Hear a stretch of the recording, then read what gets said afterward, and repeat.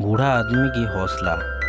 एक बूढ़ा आदमी था जो अपनी पुरानी घर में अकेले रहता था। उसके बच्चे उसे अपने साथ रखने के लिए नहीं आते थे और वो उन्हें बहुत ज़्यादा याद करता था। वह रात खुद को सुनाने के लिए एक कहानी सुनता था, लेकिन उसे अकेलेपन का एहसास हमेशा रहता था। एक दिन उसके घर में बहुत बड़ा अग्नि परीक्षण हुआ, जिसकी उसके घर का सारा सामान जलकर कच्चा हो गया। उस बुजुर्ग आदमी को कहीं जाना नहीं था और वो अपने घर के अवशेषों के साथ ही रहना पड़ता था।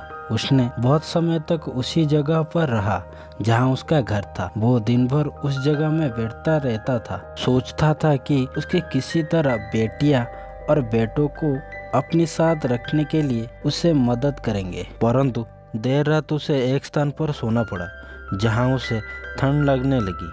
उसने एक रद्दी कमीज घोड़ी और सुबह तक खुद को ढक लिया। वो थक गया था, फिर भी उसने दिल से नहीं हार माना। वो अपने साथ उठकर चलता रहा, लेकिन उसे कहीं भी रोकने की आवश्यकता नहीं थी। उसने एक आधा दिन अपने आप को अन्य बुजुर्गों के साथ जुड़ने की कोशिश की, लेकिन उसे लगा कि वो उसे समझाने में असमर्थ था। उस बुजुर्ग आदमी ने अपने जीवन में अपने बच्चों के साथ कई गुना बुरे घटनाओं का सामना किया था और अब उसकी वर्तमान स्थिति इन सभी घटनाओं का संयोजन था। वो एक आंसू बहा रहा था और फिर उसने सोचा कि शायद उसे किसी तरह से अपने बच्चों से अलग होने का एहसास करना चाहिए था। अब वो जानता था कि उसे जीवन में आगे बढ़ने के लिए कुछ नहीं बचा था, लेकिन फिर भी उसने अपनी उम्मीद को ख़त्म नहीं किया था। उसने अपने आप को संभाला, एक गहरे सांस ली और अगले कदम की तलाश में आगे बढ़ना शुरू किया।